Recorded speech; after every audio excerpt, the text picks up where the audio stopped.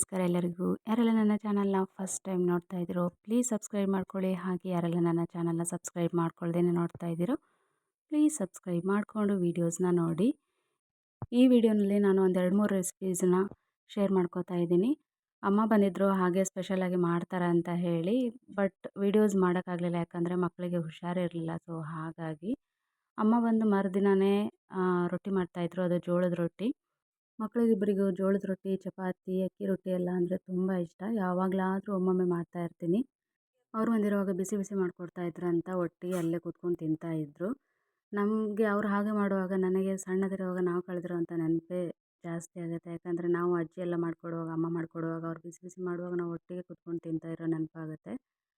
ಇದು ಒಂದು ನಮಗೆ ಮನೆ ಮೇಲ್ಗಡೆ ರೋಡಲ್ಲಿ ಹೋಗುವಾಗ ಸಿಕ್ಕಿತಂತೆ. ಸೊ ಮಕ್ಕಳು ನೋಡಲಿ ಅಂತ ಹೇಳಿ ನೈಟ್ 10:30 ಆಗಿತ್ತು. ಅವ್ರು ಮಲ್ಕೊಂಡಿದ್ರು. ಬಂದು ತೋರಿಸುವಾಗ ತುಂಬಾ ಖುಷಿಪಟ್ಟರು. ಬಟ್ ಏನಾಯ್ತು ಅಂದರೆ ಅದಕ್ಕೆ ಎಲ್ಲ ಥರದ್ದು ಹಾಕಿದೆ, ಏನೂ ತಿನ್ನಲಿಲ್ಲ. ಮಂಡಕ್ಕಿ ಹಾಕಿದೆ, ಸೊಪ್ಪು ಹಾಕಿದೆ, ಕ್ಯಾರೆಟ್ ಹಾಕಿದೆ. ಪಾಪ ಯಾಕೋ ಭಯ ಪಟ್ಕೊಂಡಿತ್ತು ಅನಿಸುತ್ತೆ. ನಮ್ಮ ಮನೆಯವ್ರಿಗೆ ಯಾಕೋ ಪಾಪ ಅನಿಸಿ ಪಾಪ ಅದನ್ನು 2 ದಿನ ನೋಡಿ ಮತ್ತೆ ಪುನಃ ಬಿಟ್ಟು ಬಂದುಬಿಟ್ರು ಅದನ್ನು. ನಾನಿಲ್ಲಿ ಒಂದು ಫಂಕ್ಷನ್ ಅಟೆಂಡ್ ಮಾಡಿದ್ದೆ. ಅದು ನಮ್ಮ ಭಾವನವ್ರ ಮಗಳ ಎಂಗೇಜ್ಮೆಂಟ್ ಇತ್ತು. ಈ ಸೈಡ್ ದಕ್ಷಿಣ ಕನ್ನಡದಲ್ಲಿ ಒಂಥರ ಎಂಗೇಜ್ಮೆಂಟ್ ಬೇರೆ ಥರನೇ ಇರುತ್ತೆ. ಸೊ ಹಾಗಾಗಿ ಸ್ವಲ್ಪ ಕ್ಲಿಪ್ ತೊಗೊಂಡೆ, ತುಂಬ ಮಾಡೋಕ್ಕಾಗಲಿಲ್ಲ. ಇಲ್ಲಿ ಬಂದ ತಕ್ಷಣ ಜಾಸ್ತಿ ಕೇರಿಂಗ್ ಅಂದರೆ ಈ ಥರ ಬಂದವ್ರನ್ನ ಇನ್ವೈಟ್ ಮಾಡೋದಾಗಲಿ, ಈ ಥರ ಎಲ್ಲ ಅವ್ರಿಗೆ ಟೀ ಕಾಫಿ ಕೊಡೋದಾಗಲಿ, ಈ ಥರ ಎಲ್ಲ ಮಾಡ್ತಾಯಿರ್ತಾರೆ.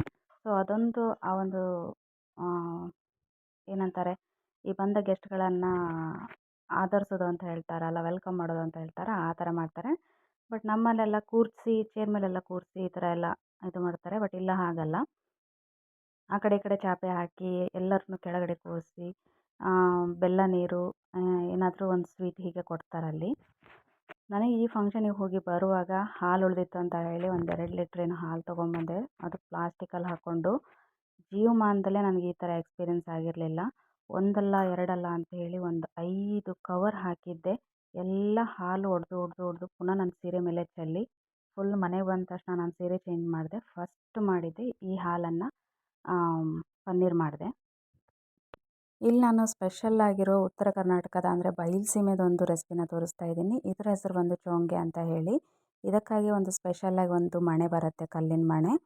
ಇದಕ್ಕೆ ಫಸ್ಟ್ ನಾವು 1 ಗ್ಲಾಸ್ ಆಗೋಷ್ಟು ಬೆಲ್ಲದ ಪಾಕಕ್ಕೆ ಏಲಕ್ಕಿ ಪುಡಿನ ಹಾಕ್ಕೊಂಡು, ನೆಕ್ಸ್ಟ್ ಇಲ್ಲಿ ನಾವು ಈ 1.5 ಕಪ್ ಆಗುವಷ್ಟು ಹುರಿಗಡಲೆ ಏನಂತ ಬರುತ್ತೆ, ಪುಟಾಣಿ, ಅದನ್ನು ಚಂದ ಸಣ್ಣದಾಗಿ ಡ್ರೈ ಪೌಡ್ರ್ ಮಾಡಿಕೊಂಡು, ನೆಕ್ಸ್ಟ್ ನಾವಿಲ್ಲಿ ಕಾದಿರುವಂಥ ಬೆಲ್ಲದ ಪಾಕನ ಹಾಗೆ ಇದು ಮಾಡಬಾರ್ದು, ಬೆಲ್ಲದ ಪಾಕನ ಸೋಸಿಟ್ಕೋಬೇಕು. ನೆಕ್ಸ್ಟ್ ಅದನ್ನು ಕುದಿಯುವಾಗ ಈ ಪೌಡ್ರ್ ಏನು ಮಾಡ್ಕೊಂಡಿರ್ತೀವಲ್ಲ, ಆ ಪೌಡ್ರನ್ನು ಹಾಕಿ ಇಲ್ಲಿ ನೆಕ್ಸ್ಟ್ ನಾವು ಕಾಯಿಸ್ಕೋಬೇಕು. ಅಂದರೆ ಫುಲ್ ಮಿಕ್ಸ್ ಮಾಡಿಕೊಂಡು ಸ್ವಲ್ಪ ಹೊತ್ತು ಬೇಯಬೇಕದು. ಇದರ ಕನ್ಸಿಸ್ಟೆನ್ಸಿ ನೋಡಿದ್ರೇ ಗೊತ್ತಾಗುತ್ತೆ. ಈ ಥರ ಏನು ವೈಟ್ ಕಾಣಿಸ್ತಾ ಇದೆ ಹುರಿಗಡಲೆ, ಅದು ಹಾಗೆ ಗಂಟು ಏನು ಉಳಿಯೋದಿಲ್ಲ. ಸ್ವಲ್ಪ ಹೊತ್ತು ನೀವು ಬೇಯಿಸಿದರೆ ನೀಟಾಗಿ ಅದು ಮಿಕ್ಸ್ ಆಗುತ್ತೆ ಅದರೊಳಗಡೆ. ಈ ಒಂದು ರೆಸಿಪಿನ ಯಾರು ಕೂಡ ಮಾಡ್ಬೋದು. ಯಾಕಂದರೆ ಅಡುಗೆ ಬರೋದಿಲ್ಲ ಅಂತ ಹೇಳೋರು ಕೂಡ ತುಂಬ ಈಸಿಯಾಗಿ ಈ ಸ್ವೀಟನ್ನು ಮಾಡ್ಕೋಬೋದು. ಇನ್ನು ಈ ಹಿಟ್ಟು ಬಂದು ಚಪಾತಿ ಹಿಟ್ಟೇನು ಬರುತ್ತಲ್ಲ, ಆ ಚಪಾತಿ ಹಿಟ್ಟನ್ನು ಸ್ವಲ್ಪ ಸಾಫ್ಟಾಗಿ ನಾದ್ಕೋಬೇಕು. ಚಪಾತಿ ಹಿಟ್ಟಿನ ಅದಕ್ಕಲ್ಲ, ಸ್ವಲ್ಪ ಹೋಳಿಗೆಗೂ ಅಲ್ಲ, ಈಚೆ ಚಪಾತಿಗೂ ಅಲ್ಲ ಅನ್ನೋ ಥರ ಆ ಒಂದು ಕನ್ಸಿಸ್ಟೆನ್ಸಿನಲ್ಲಿ ನಾದ್ಕೋಬೇಕು. ಇದನ್ನು ನಾವು ಆ ಹೋಳಿಗೆಗೆ ಕಣಕ ಮಾಡ್ಕೋತೀವಿ. ಹಾಗೆ ಇದು ಒಳಗಡೆನ ಹೂರಣ ಹಾಕ್ಕೊಳ್ಳೋದು. ಸ್ವಲ್ಪ ಸ್ವಲ್ಪನೇ ಹಾಕ್ಕೊಂಡ್ರೆ ತುಂಬ ಚೆನ್ನಾಗಿ ಬರುತ್ತೆ. ನಾನು ಹೇಳಿದ್ನಲ್ಲ, ಮಕ್ಕಳಿಗೆ ಹುಷಾರಿರಲಿಲ್ಲ ಅಂತೇಳಿ, ಎಕ್ಸಾಮ್ ಬೇರೆ ಇತ್ತು. 1 ವಾರ ಕಂಟಿನ್ಯೂಸ್ ರಜೆ ಕೊಟ್ಟರು. ಯಾವಾಗ ಸ್ಕೂಲ್ ಸ್ಟಾರ್ಟ್ ಮಾಡ್ತಾರೆ ಆವತ್ತೇ ಎಕ್ಸಾಮ್ ಇಟ್ಟಿರ್ತೀನಿ ಅಂತ ಹೇಳಿದರು. ಸೊ ಹಾಗಾಗಿ ಪಾಪ ಜ್ವರ ಇದ್ರೂ ಅವನಿಗೆ ಬಿಡ್ದೇ ಹೇಳಿಕೊಟ್ಟೆ. ಬಟ್ ಅವನಿಗೆ ಎಕ್ಸಾಮ್ ಆದಮೇಲೆ ಗೊತ್ತಾಯಿತು ಪಾಪ ತಲೆಗೆ ಹೋಗಿಲ್ಲ ಅವನಿಗೆ ಅಂತ ಹೇಳಿ ಬೇಜಾರಾಯಿತು. ಆದರೂ ಏನೂ ಮಾಡೋಕ್ಕಾಗೋದಿಲ್ಲ, ಕೋಪ ಬಂದರೆ ಬೈದ್ಬಿಡ್ತೀವಿ. ನಾನು ಈ ಕಡೆ ಅಷ್ಟೊತ್ತಿಗೆ ಅಮ್ಮನಿಗೆ ಈ ಕಡೆ ಹೋಳಿಗೆ ಮಾಡಿ ಆಗಿತ್ತು. ಒಂದು ಸ್ವೀಟ್ ಹೋಳಿಗೆ, ಒಂದು ಸಪ್ಪೆ ಹೋಳಿಗೆ. ಸೊ ಇದೇ ಹೇಳಿದ್ನಲ್ಲ ಮಣೆ, ಈ ಮಣೆ ಮೇಲೆ ಮಾಡಿದ್ರೇ ಇದರ ಒಂದು ರುಚಿ ಹೆಚ್ಚಿಗೆ ಅಂತಲೇ ಹೇಳ್ಬೋದು. ನಾವು ಅಂತೆ ಚಪಾತಿ ಮಾಡಿದರೆ ಈ ಟೇಸ್ಟ್ ಖಂಡಿತವಾಗ್ಲೂ ಬರೋದಿಲ್ಲ. ಈ ಕಲ್ಲಲ್ಲಿ ತುಂಬ ಥರ ಡಿಸೈನ್ಸ್ ಬರುತ್ತೆ. ಈ ಕಲ್ಲಲ್ಲಿ ಮಾಡಿದರೆ ಮಾತ್ರ ಈ ಒಂದು ಟೇಸ್ಟ್ ಬರೋದು. ಯಾರಿಗಾದರೂ ಸಿಕ್ಕರೆ ತಗೊಳ್ಳಿ, ಈ ರೆಸಿಪಿನ ಒಂದು ಟ್ರೈ ಮಾಡಿ. ಇದೊಂದು ಸಪ್ಪೆ ಹೋಳಿಗೆನೂ ಮಾಡ್ತಾರೆ, ಅಂತೆ ಆ ಚಪಾತಿನ ಲಟ್ಟಿಸಿ ಹಾಗೆ ಒಳಗಡೆ ಹೂರಣ ಹಾಕಿನೂ ಮಾಡ್ತಾರೆ. ಎರಡೂ ಕೂಡ ಚೆನ್ನಾಗಿ ಬರುತ್ತೆ. ಇನ್ನೊಂದು ಯಾವ ಥರ ಅಂದರೆ, ಈ ಒಳಗಡೆ ಹೂರಣ ಹಾಕದೇನೆ ಈ ಡ್ರೈ ಪೌಡ್ರ್ ಮಾಡ್ಬೋದು. ಈ ಒಂದು ಹುರಿಗಡಲೆ ಏನಿದೆ ಅದಕ್ಕೆ ಬೆಲ್ಲದ ಪುಡಿನ ಹಾಕಿ, ಸೊ ಅದನ್ನು ನಾವು ಈ ಸಪ್ಪೆ ಏನು ಮಾಡ್ಕೊಂಡಿರ್ತೀವಿ ಅದಕ್ಕೆ ತುಪ್ಪ ಹಾಕ್ಕೊಂಡು ತಿನ್ಬೋದು, ಅದು ಕೂಡ ಚೆನ್ನಾಗಾಗುತ್ತೆ. ಇನ್ನೀಗ ದಕ್ಷಿಣ ಕನ್ನಡದವ್ರಿಗೆ ಉತ್ತರ ಕರ್ನಾಟಕ ಸ್ಪೆಷಲ್ ಆಯಿತು. ಇನ್ನು ಉತ್ತರ ಕರ್ನಾಟಕದವರಿಗೆ ದಕ್ಷಿಣ ಕನ್ನಡ ಸ್ಪೆಷಲ್ ಯಾವ ಥರ ಅಂತ ಹೇಳಿ. ಎಲ್ರಿಗೂ ಗೊತ್ತಿರ್ಬೋದು, ಕೆಸುವಿನ ಸೊಪ್ಪಿಂದು ಆ ಸೈಡ್ ಮಾಡ್ತಾರೆ, ಅದು ರೋಲ್ ಆಗಿ ಮಾಡ್ತಾರೆ.